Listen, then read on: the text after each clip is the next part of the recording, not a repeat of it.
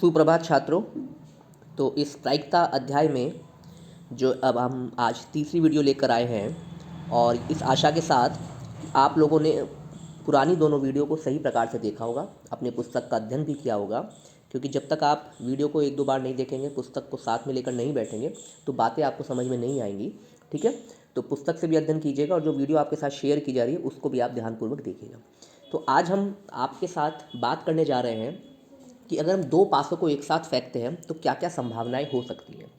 तो देखो, इसको समझने से पहले एक बार हम एक पासे की बात कर लेते हैं। जब हम एक पासे को फेंकते हैं तो टोटल 6 केस हो सकते हैं कि या तो एक आ जाए, या दो आ जाए ऊपर, या तीन आ जाए, या चार आ जाए, या पाँच आ जाए, या छः आ जाए। ये टोटल 6 केसेस हो सकते हैं।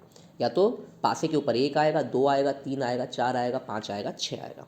लेकिन अब हम बात करने जा रहे हैं कि जब हम दो पासों को एक साथ फेंक रहे हैं तो क्या क्या संभावनाएं हो सकती हैं। तो देखिएगा, बिल्कुल जैसे दो सिक्कों के लिए हमने करा था, ठीक उसी प्रकार से अब हम दो पासों के लिए आज आपके सामने करने जा रहे हैं। तो देखो, हमने क्या करा, जब हमने दो पासों को एक साथ फेंका तो मान लीजिएगा पहले वाले पासे पर एक आ गया, पहले वाले पासे पर तो एक आ गया, और जो दूसरा वाला पासा है उस पर एक भी आ सकता है, दो भी आ सकता है, तीन भी आ सकता है, चार भी आ सकता है, पाँच भी आ सकता है, छः भी आ सकता है। ठीक है ना। तो देखो क्या क्या हुआ, पहले वाले पर एक आ जाए, दूसरे वाले पर एक आ जाए, पहले वाले पर एक आ जाए, दूसरे वाले पर दो आ जाए, पहले वाले पर एक आ जाए, दूसरे वाले पर तीन आ जाए, पहले वाले पर एक आ जाए, दूसरे वाले पर चार आ जाए, पहले वाले पर एक आ जाए, दूसरे वाले पर पाँच आ जाए, पहले वाले पर एक आ जाए और दूसरे वाले पर छः आ जाए। तो देखो, ये हमने कुछ केसेस बनाए हैं। इस प्रकार से आपका जो पासा दिख सकता है जब आपने दो पासों को एक साथ फेंका, कि पहले वाले पर हमेशा एक ही आया और दूसरे वाले को हमने थोड़ा चेंज कर दिया कि पहले वाले पर हमेशा एक ही ला रहे हैं, दूसरे वाले पर एक भी आ सकता है, दो भी आ सकता है, तीन भी आ सकता है, चार भी आ सकता है, पाँच भी आ सकता है, छः भी आ सकता है। तो टोटल कितने केस हो गए, ये 6 केस। लेकिन ये 6 केसेस कब हुए, जब हमने पहले वाले पर सिर्फ एक ही रखा। तो अब इसको थोड़ा आगे बढ़ाएंगे। अब मान लेते हैं कि पहले वाले पर दो आ जाए, पहले वाले पासे पर दो आ जाए और दूसरे वाले पासे पर एक भी आ सकता है, दो भी आ सकता है, तीन भी आ सकता है, चार भी आ सकता है, पाँच भी आ सकता है, छः भी आ सकता है। तो कैसे लिखेंगे इसको, पहले वाले पासे पर दो, दूसरे वाले पासे पर एक, पहले वाले पासे पर दो, दूसरे वाले पासे पर भी दो, पहले वाले पासे पर दो, दूसरे वाले पासे पर तीन, पहले वाले पासे पर दो, दूसरे वाले पासे पर चार, पहले वाले पासे पर दो, दूसरे वाले पासे पर पाँच, पहले वाले पासे पर दो, दूसरे वाले पासे पर छः। तो टोटल कितने केसेस ये हो गए आपके, 6 केसेस आपके ये हो गए। अब आगे बढ़ते हैं। मान लीजिएगा पहले वाले पासे पर तीन आ जाए तो दूसरे पासे पर क्या क्या हो सकता है, एक भी आ सकता है, दो भी आ सकता है, तीन भी आ सकता है, चार भी आ सकता है, पाँच भी आ सकता है, छः भी आ सकता है। ठीक है, तो इसको कैसे लिखेंगे, देखिएगा, पहले वाले पासे पर तीन आ जाए, दूसरे वाले पासे पर एक आ जाए, पहले वाले पासे पर तीन आ जाए, दूसरे वाले पासे पर दो आ जाए, पहले वाले पासे पर तीन आ जाए, दूसरे वाले पासे पर तीन आ जाए, पहले वाले पासे पर तीन आ जाए, दूसरे वाले पासे पर चार आ जाए, पहले वाले पासे पर तीन आ जाए, दूसरे वाले पासे पर पाँच आ जाए, पहले वाले पासे पर तीन आ जाए, दूसरे वाले पासे पर छः आ जाए। तो टोटल 6 केसेस आपके ये हो गए। ये केसेस कब है, जब हमने हमेशा ये माना कि पहले वाले पासे पर तीन ही आ रहा है तो दूसरे वाले पासे पर उन 6 में से कोई सा भी एक अंक ऊपर आ सकता है। तो टोटल 6 केसेस आपके ये हो गए। तो ये हो गए 6 केस, ये हो गए 6 केस, ये हो गए 6 केस। अब आगे बढ़ेंगे। अब मान लेते हैं पहले वाले पासे पर चार आ रहा है, पहले वाले पासे पर चार आ रहा है तो दूसरे वाले पासे पर एक भी आ सकता है, दो भी आ सकता है, तीन भी आ सकता है, चार भी आ सकता है, पाँच भी आ सकता है, छः भी आ सकता है। तो कैसे लिखेंगे इसको देख लेते हैं।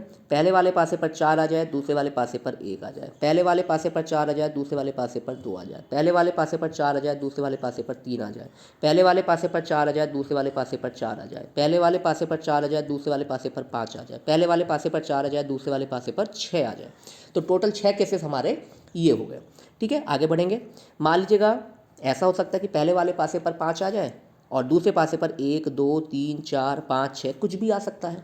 ठीक है ना। तो इसको कैसे लिखेंगे, पहले वाले पासे पर पाँच आ जाए, दूसरे वाले पासे पर एक आ जाए, पहले वाले पासे पर पाँच आ जाए, दूसरे वाले पासे पर दो आ जाए, पहले वाले पासे पर पाँच आ जाए, दूसरे वाले पासे पर तीन आ जाए, पहले वाले पासे पर पाँच आ जाए, दूसरे वाले पासे पर चार आ जाए, पहले वाले पासे पर पाँच आ जाए, दूसरे वाले पासे पर पाँच आ जाए, पहले वाले पासे पर पाँच आ जाए, दूसरे वाले पासे पर छः आ जाए। तो 6 केसेस आपके ये हो गए। और अंतिम क्या बचता है कि पहले वाले पासे पर 6 आ जाए और दूसरे पासे पर एक, दो, तीन, चार, पाँच, छः कुछ भी आ सकता है।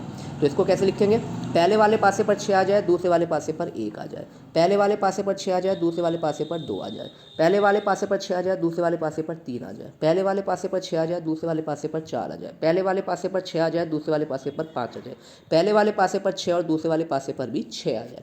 तो टोटल 6 केसेस हमारे ये हो गए। तो अगर हम यहाँ पर ध्यानपूर्वक देखें छः छः छः छः छः छः, तो कितना हो गया टोटल? 6 और 6 12, 12 और 6 18, 18 6 24, 24 और 6 30, 30 और 6 36, या फिर 6 गुना 6 बराबर 36। तो टोटल कितने केसेस होते हैं? टोटल होते हैं 6 गुना 6 बराबर 36 केसेस। कब? जब हम दो पासों को एक साथ उछालते हैं। जब हम एक पासे को उछालते हैं, एक पासे को फेंकते हैं, तो टोटल केसेस होते हैं 6। लेकिन जब हम दो पासों को एक साथ उछालते हैं तो टोटल कितने केसेस हो सकते हैं? टोटल केसेस की संख्या जो होती है वो 36 हो जाती है। ये ठीक इसी प्रकार से जब हम एक सिक्के को उछालते हैं तो 2 केस होते हैं, 2 सिक्कों को उछालते हैं 4 केस होते हैं, 3 सिक्कों को उछालते हैं 8 केस होते हैं। लेकिन यहाँ पर जब हम पासों की बात करते हैं तो एक पासे को उछालने पर जो कुल मिलाकर आपके केसेस हो सकते हैं वो कितने होते हैं? 6 होते हैं। लेकिन जब हम 2 सिक्कों को एक साथ उछालते हैं तो टोटल जो आपके पास केसेस होंगे वो कितने होंगे? 36 होंगे। तो केसेस का मतलब होता है संभावना। क्या क्या संभावनाएं हो सकती हैं, ठीक है ना? तो क्या क्या संभावनाएं हो सकती है वो मैंने आपको भी लिख कर भी दिखाया, आपकी पुस्तक में भी लिखा हुआ है पेज नंबर 356 पर, आप आसानी से उसको देख सकते हैं। उसने उन 36 परिणामों को यहाँ पर लिख के दिखाया। देखिएगा ध्यानपूर्वक, ये 36 परिणाम लिखे हुए हैं जो अभी हमने आपके स्क्रीन पर लिखे थे, वो 36 परिणाम इसने एक साथ यहाँ पर लिखे हुए हैं। 1 1 1 2 1 3 1 4 1 5 1 6, ये पहला है ना, 6 केसेस। फिर है 2 1 2 2 2 3 2 4 2 5 2 6, ये दूसरी लाइन हो गई। फिर तीसरी लाइन 3 1 3 2 3 3 3 4 3 5 3 6। फिर चौथी वाली लाइन 4 1 4 2 4 3 4 4 4 5 4 6। फिर अगली लाइन 5 1 5 2 5 3 5 4 5 5 5 6। अगली लाइन 6 1 6 2 6 3 6 4 6 5 6 6। तो टोटल कितने केसेस हुए? 36 केसेस हुए, जो अभी मैंने आपकी स्क्रीन पर लिखे भी थे, पुस्तक में भी आपकी दे रखे, आप इसको ध्यानपूर्वक समझ लीजिएगा। ये 36 केस कैसे बने?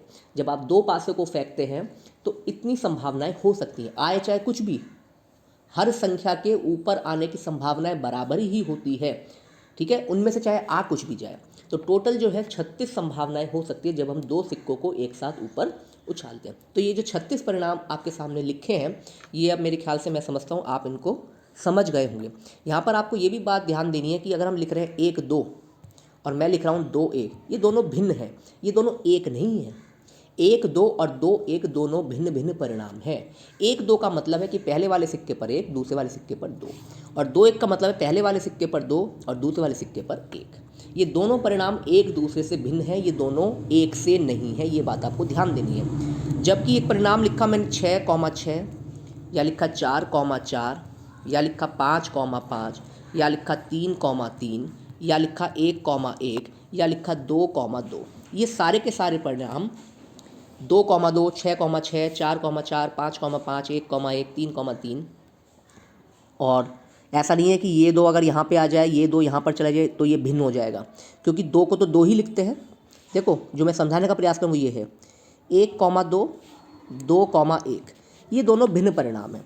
लेकिन 2,2 और फिर से लिख लो 2,2, क्या ये भिन्न है? ये बिल्कुल एक से परिणाम है। ऐसा नहीं कह सकते कि ये वाला पहले वाले पासे का 2 है, ये दूसरे वाले पासे का 2 है। ऐसा नहीं कह सकते हम कि ये पहले वाले पासे का 2 है, ये दूसरे वाले पासे का 2 है, ऐसा नहीं है। ऐसा नहीं कह सकते ये दूसरे वाले पासे का 2 है, ये पहले वाले पासे का 2 है, ऐसा नहीं कह सकते। तो यहाँ पर 2,2 ये एक ही परिणाम है, जबकि 1,2, 2,1 ये भिन्न परिणाम है। ये आपको यहाँ पर समझना है। आप इसको चित्र के माध्यम से भी देख सकते हैं, आप इसको जो सारणी यहाँ पर बनी है उसके माध्यम से देख सकते हैं। देखो 1,1 एक ही बार लिखा होगा, 2,2 यहाँ पर है, 3,3, यह है 4,4, यह है 5,5, यह है 6,6। ये दो बार नहीं लिखा हुआ है, ये एक ही बार लिखा हुआ है, क्योंकि ये एक ही होता है ना। जबकि 1,2 यहाँ पर भी लिखा हुआ है और 2,1 यहाँ पर लिखा हुआ है। ये दोनों क्योंकि भिन्न परिणाम है, इसलिए ये भिन्न भिन्न जगह लिखे हुए हैं। तो टोटल ये जो 36 परिणाम हैं, ये आपके कब आए? ये हमारे परिणाम जब आए जब हमने दो पासों को एक साथ उछाला। तो टोटल हमारे 36 परिणाम हुए, ठीक है। अब इसमें थोड़ा सा और आगे बढ़ते हैं। तो अगर मैं आपसे कुछ प्रश्न पूछूं जो आपकी पुस्तक में पेज नंबर 357 पे दे रखे हैं, उसको ज़रा ध्यानपूर्वक एक बार पढ़ते हैं। देखिएगा, पहला सवाल है, दो पासों को एक साथ फेंकने पर ऊपर आने वाले अंकों का न्यूनतम और अधिकतम योग क्या होगा? आप ये सारणी बना लीजिएगा पहले अपनी पुस्तक कॉपी में, तो आप देख लेंगे कि जब आप दो पासों को एक साथ फेंकते हैं तो ऊपर आने वाले अंकों का न्यूनतम और अधिकतम योग क्या होगा। तो देखो, अधिकतम तो ये रहा 6,6, इससे बड़ा तो कोई भी अंक नहीं आ सकता। दोनों पासों पर 6 आ जाए तो इससे बड़ा अंक तो कोई नहीं आ सकता।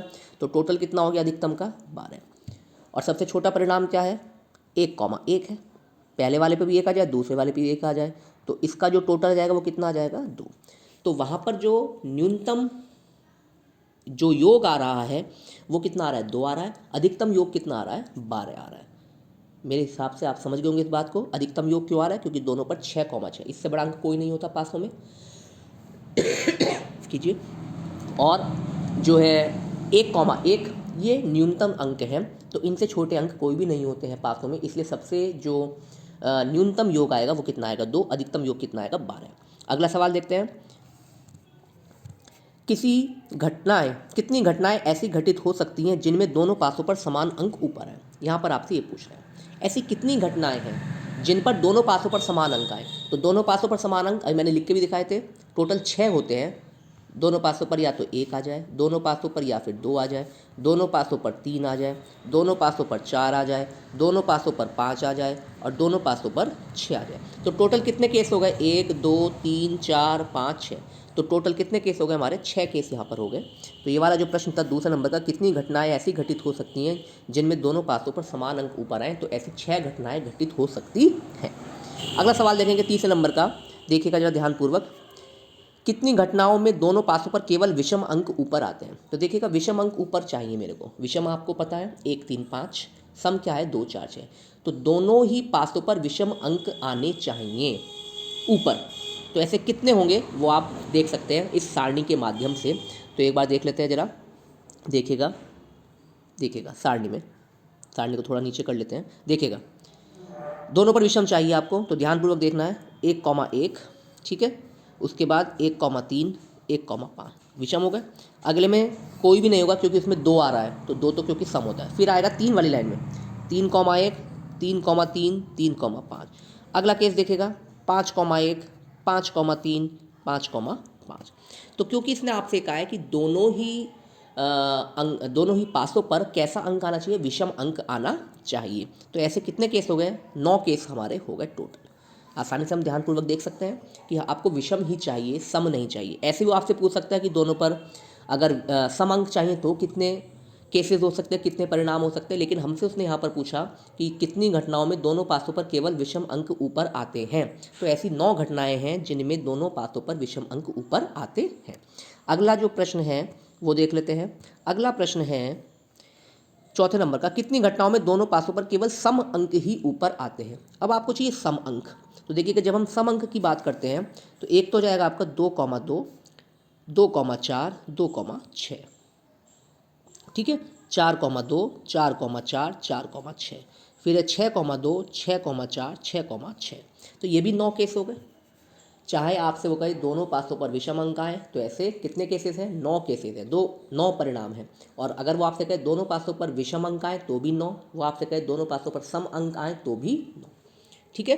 तो आसानी से हम इनको यहाँ पर लिख सकते हैं। तो ये कितना, इसका उत्तर हो गया 9 हो गया। और अगला प्रश्न देखते हैं जो कि अंतिम प्रश्न है 5वें नंबर का, कितनी घटनाओं में एक पासे पर सम तथा दूसरे पासे पर विषम अंक ऊपर आते हैं। तो देखिएगा यहाँ पर वो क्या कह रहा है, अब कह रहा है एक पर सम आए दूसरे पर विषम अंक, एक पासे पर सम दूसरे पासे पर विषम अंक। तो जितने बाकी बचे हुए उन पर ऐसे ही सारे केसेस होंगे। तो 9 9 18 हो चुके, तो 18 केसेस ऐसे होंगे, क्योंकि टोटल केस कितने हैं ध्यानपूर्वक समझिएगा। टोटल केसेस है 36, टोटल केसेस है 36। और 9 केस ऐसे हैं जिनमें दोनों पर सम है, 9 केस ऐसे हैं जिनमें दोनों पर विषम है। तो टोटल कितने केस हो गए, 18। 36 में से 18 गया, 18 बचता है, तो ऐसे 18 केस होने चाहिए। तो क्या ये सही होगा, अभी देख लेते हैं, देखते हैं। देखिएगा कैसे इसको करेंगे, ध्यानपूर्वक समझने का प्रयास कीजिएगा। इस सारणी में देख लेते हैं।